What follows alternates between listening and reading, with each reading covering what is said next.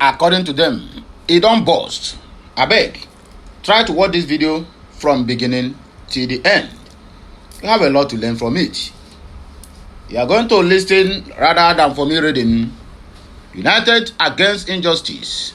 Nigerians rally for Nnamdi Kanu's freedom on October 20, gaining momentum. Anyway, this message is coming from the platform of Family Writers Press International, and there's also different dimensions to this message. We have another headline here which is it is better for Nnamdi Kanu to be alive than dead.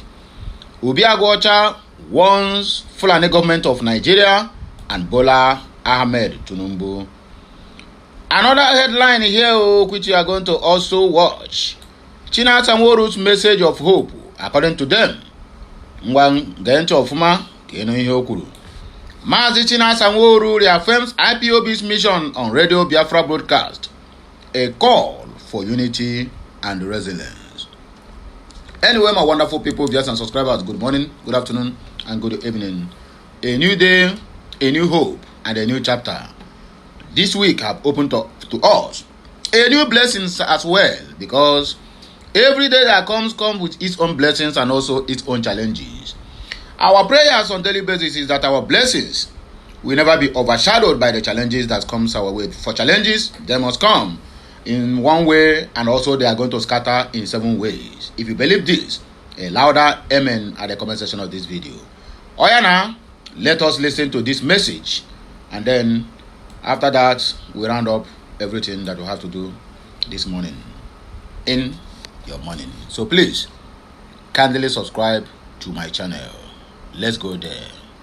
United against injustice, Nigerians rally for Nnamdi Kanu's freedom on October 20th, gaining momentum. Palpable energy is building across Nigeria and beyond for what promises to be a watershed moment in the fight for justice. The Free Nnamdi Kanu Now protest, spearheaded by activist Omoyele Sowore, is set to converge on Abuja's ASOROCK presidential villa on October 20th, demanding the unconditional release of Mazi Nnamdi Kanu, the imprisoned leader of the indigenous people of Biafra, IPOB. What began as a clarion call from Sowore has snowballed into a nationwide and international movement, transcending ethnic lines and drawing endorsements from unlikely quarters. This isn't just a rally, it's a referendum on Nigeria's rule of law, human rights, and the festering wound of selective justice.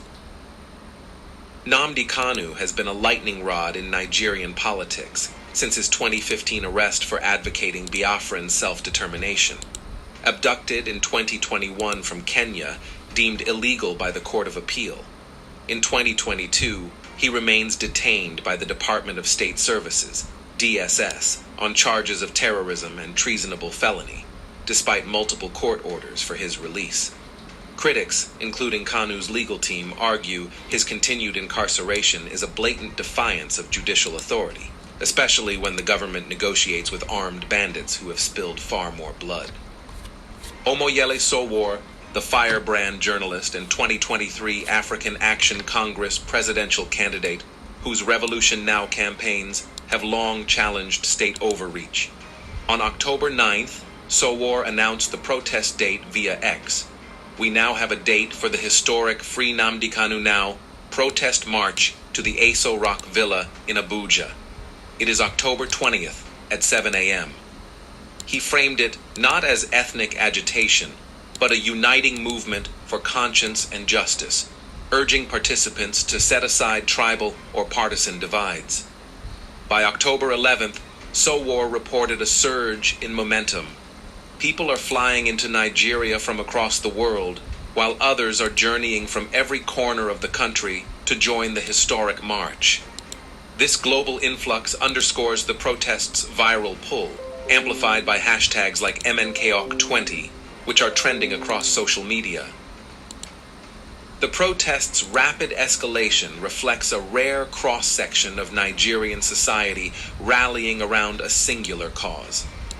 In the southeast, the Igbo Women Assembly, IWA, has thrown its weight behind the march, launching mass mobilization efforts and hailing Kanu as a freedom fighter persecuted for speaking out against the oppression of his people. If the Nigerian government could negotiate with armed bandits, then freeing Nnamdi Kanu should not be treated as a complicated issue, they declared, echoing a sentiment that resonates amid rising insecurity. Political heavyweights are aligning too. Former Vice President Atiku Abubakar, a frequent Tinubu critic, called Kanu's detention an open sore on our nation's conscience and a stain on our belief in the rule of law, pledging full support. Abia federal lawmaker Obi Agwocha endorsed it as a stand against unusual injustice toward the Igbo, while civil rights groups like the Advocates for Justice vowed to mobilize en masse. Even the Yoruba Union, Agbinmu Majekobaje Ile Yoruba, issued a fiery warning to President Bola Tinubu. Do not deploy security forces to quash the peaceful demonstration, as it would deepen Nigeria's existing divisions. From Benue State's concerned citizens to Pastor Adewale Giwa's pulpit pleas for peace through release, the endorsements paint a picture of a nation weary of double standards. Earlier student protests by the National Association of Nigerian Students, NANS, in early October set the stage, with videos of placard-waving crowds demanding compensation for Kanu circulating widely. Reveals a groundswell of posts framing the event as a united front against injustice, with calls for governors like Alex Otti and Chukwuma Soludo to join or risk irrelevance. Not everyone is on board. The presidency, through Special Advisor Bayo Onanuga, dismissed Sowore as an anarchist masquerading as a rights activist, and the protest as a ploy to cause a breakdown of law and order, insisting Kanu will get the justice he deserves through court's delays blamed partly on his lawyers. Onanuga also swiped at Atiku's support as opportunistic. Security concerns linger. Rumors of army threats were denied, but the DSS's history of clamping down on dissent casts a shadow. With 8 days to go, the Free Nnamdi Kanu Now protest embodies Nigeria's deepening fault lines. A judiciary undermined by executive fiat, ethnic grievances weaponized by the state, and a populace increasingly unafraid to march. Sowore's vision of a peaceful and lawful gathering, potentially kicking off with a visit to the Attorney General, could force Tinubu's hand, especially as global eyes turn to Abuja. If successful, it might echo the 2020 End Bad Governance protests enforcing concessions. If suppressed, it risks escalating tensions in a region already scarred by sit-at-home enforcements and unknown gunmen. As voices from Benue to the diaspora unite, one thing is clear. This movement isn't fading. It's gaining steam, fueled by the simple, unyielding truth that injustice anywhere threatens justice everywhere. That is part of the message as we proceed. And I also want to make this announcement before it is too late. I have no right to the copyright of whatever background music that was played on that very particular clip you just finished listening. So YouTube, please take note. I have no right to the copyright of it, and I have no intention of copyrighting any of my content or video. It is better for Nnamdi Kanu to be alive than dead. Obi Agwocha wants Tinubu. A member of the House of Representatives, Obi Agwocha, has expressed grave concern over the deteriorating health condition of the detained leader of indigenous people of Biafra, IPOB, Mazi Nnamdi Kanu. According to Nigerian News, report that Agwocha, who represents Kanu's constituency, urged Bola Ahmed Tinubu to authorize the immediate transfer of separatist leader from the Department of State Service detention facility to a tertiary hospital for urgent medical treatment.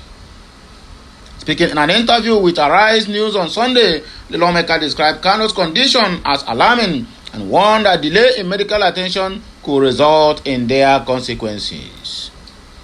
On the 21st of August, I paid a visit to my constituents, Mazi Nnamdi Kanu, at the DSS detention. When I met with him, honestly, I thought I was seeing a ghost-like figure, Agwocha said. According to him, after his visit, Kanu's medical team carried out an assessment, and their findings were deeply worrying. The report, he said, revealed that the IPOB leader was suffering from organ insufficiency and a low progesterone count, among other complications. The lawmakers stressed that the situation was beyond the capacity of DSS clinic and required immediate transfer to a specialized medical facility. Agocha disclosed that he has since forwarded the medical report to President Bola Ahmed Tinubu, the Attorney General of the Federation, and the Speaker of the House of Representatives. He said we had an interview of his medical doctors to do a full assessment of him and their conclusion, which was part of the report that I sent to Mr. President, that I sent to Attorney General and to my Speaker. The conclusion of the report was Nnamdi Kanu had organ insufficiencies, including low potassium count. You could also recall that during the extraordinary rendition on him, his nose was broken and so many other issues that arose from that. So what I was saying to the Attorney General and to Mr. President and to my Speaker was for them to urgently intervene to give him adequate medical treatment, and at the same time for them to constitute their own panel, government panel, to reassess Nnamdi Kanu's health with a view to look at the medical report that was in existence, which was his own medical report. According to him, the Attorney General has set up a separate medical team to reevaluate Kanu's condition, and their findings reportedly confirmed additional health issues not captured by the initial report. The court has also directed the Nigerian Medical Association to conduct an independent evaluation, with its report still pending. The lawmaker further stated that the Attorney General of the Federation actually constituted a medical team to evaluate Nnamdi Kanu's health. Upon their evaluation, they even went further that Nnamdi Kanu's team of doctors to also verify that there were other issues that even were not captured by Nnamdi Kanu's doctors.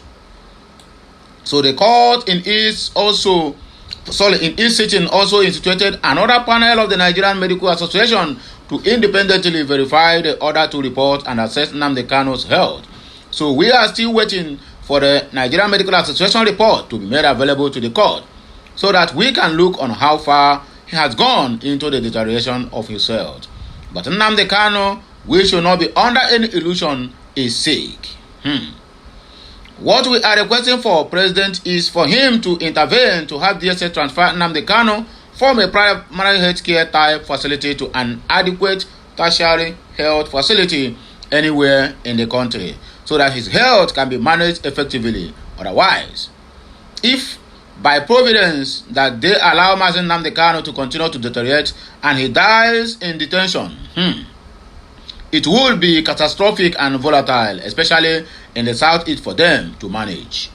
He said that Kanu, who has not been convicted of any crime, remains entitled to the same fundamental human rights as any other Nigerian, including the right to proper medical care or attention. Agocha added, what we want is for the government to be circumspect about it and look at the critically side of it, that Nnamdi Kanu has a fundamental human rights. He has neither been convicted for any crime in Nigeria or outside of Nigeria. In conclusion, I use the word on the verge of death because of the deteriorating conditions as we assessed by his own doctors. And if we continue to allow him to stay in that condition unmanaged and not given adequate medical treatment, then what we are invariably saying is that Nnamdi Kanu is going to be on the verge of death. Which was why I urgently said, please take this man away from the DSS treatment facility, which can be compared at best to a primary health facility. They will not be able to give him adequate treatment. That was why I specifically requested for him to be taken to adequate tertiary health facility where he can be given multiple attention on multiple issues to be treated. It is best for Nnamdi Kanu to be alive than to be dead. Even the judge in the matter said it's best for him. It is only somebody who is alive that can stand trial. The last but not the least, according to Chinasa Nworu's message, Chinasa Onyori's message of hope, Mazi Chinasa reaffirms IPOB mission on Radio Biafra broadcast, a call for unity and words and resilience. Please let us listen to him as we round up this show. Mazi Chinasa Nworu reaffirms IPOB's mission on Radio Biafra broadcast, a call for unity and resilience.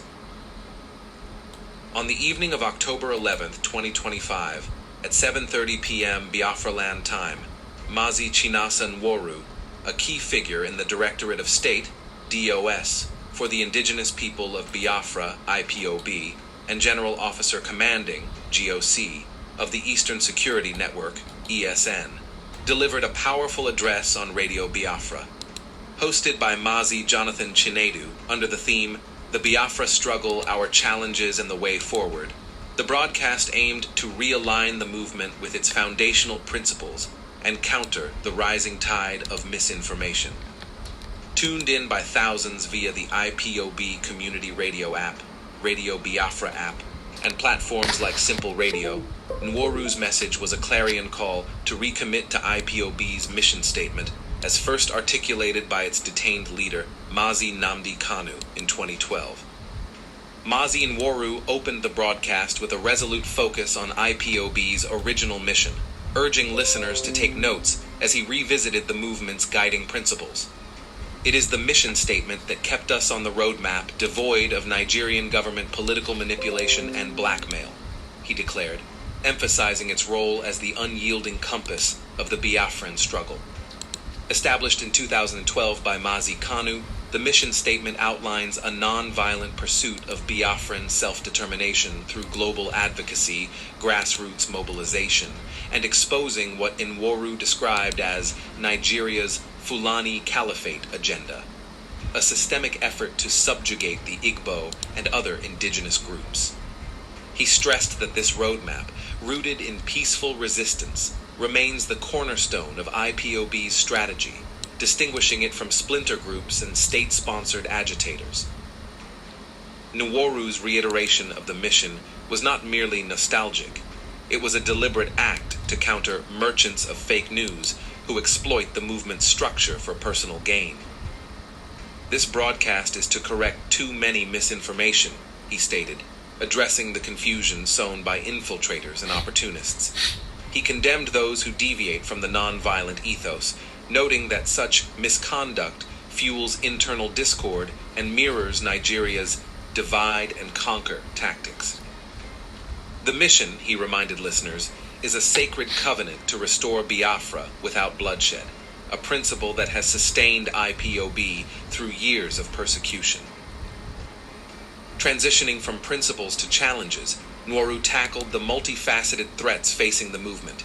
Chief among them is infiltration by Nigerian state actors, who arm violent groups to destabilize the southeast and discredit IPOB. IPOB Intelligence Unit has directed attention to identifying for appropriate actions, individuals, and group of politicians responsible for breeding and arming violent groups and boys in Southeast, he revealed, signaling a crackdown on such saboteurs. These actors, he argued, perpetuate insecurity that stifles Biafran investments and forces migration, branding them the real enemies of Biafra. Nworu also addressed the personal risks faced by IPOB's leadership, including himself, citing a surge in assassination plots orchestrated by Nigerian intelligence. Yet he remained defiant, asserting that the movement's resilience, anchored in its mission, renders it impervious to such threats. He also distanced IPOB from factions like Simon Ekpa's Biafra Republic Government in Exile, BRGIE, which has been accused of promoting violence, reaffirming that IPOB's struggle is peaceful and disciplined. A poignant moment came when Nworu addressed the continued detention of Mazi Kanu, IPOB's leader, held by Nigerian authorities. Mazi Nnamdi Kanu will one day be a free man. Nigeria cannot do Mazi Nnamdi Kanu anything as long as IPOB is intact, he proclaimed, infusing hope into a somber reality. He praised global campaigns for Kanu's release, noting endorsements from people of good conscience worldwide, and urging the diaspora to amplify these efforts. We've seen the merits of freedom in the Western world. That is why we are determined to fight for our freedom, one listener reflected, capturing the diaspora's role in sustaining the struggle. Nworu called on Biafrans abroad to bolster advocacy and fundraising, emphasizing that their relative safety imposes a duty to act. Biafrans under one united family led by MNK, the United States of Biafra, are hardcore, he rallied, invoking unity as a weapon against fragmentation. Looking ahead, Nworu outlined a strategy rooted in discipline and vigilance. He advocated for strengthened ESN patrols to protect Biafran communities, enhanced counterintelligence to neutralize infiltrators, and a robust diplomatic push led by the diaspora. With God, all things are possible, he declared, framing the struggle as divinely ordained under Chukwokike Abiyama, the creator of the covenant people. Mazi Chinasa Nworu's broadcast was a masterclass in rekindling resolve. That is the end of the message, and I'm sure it is quite very clear to each and every one of us now, and we understand that the problem we are facing today might not come from east, it might not come from west. The problem is within ourselves, and it is right in our very own eyes. Anyway, until I come your way again, I still remain Okurora, One Nation. Share, like, comment, and make sure you keep subscribing for more videos.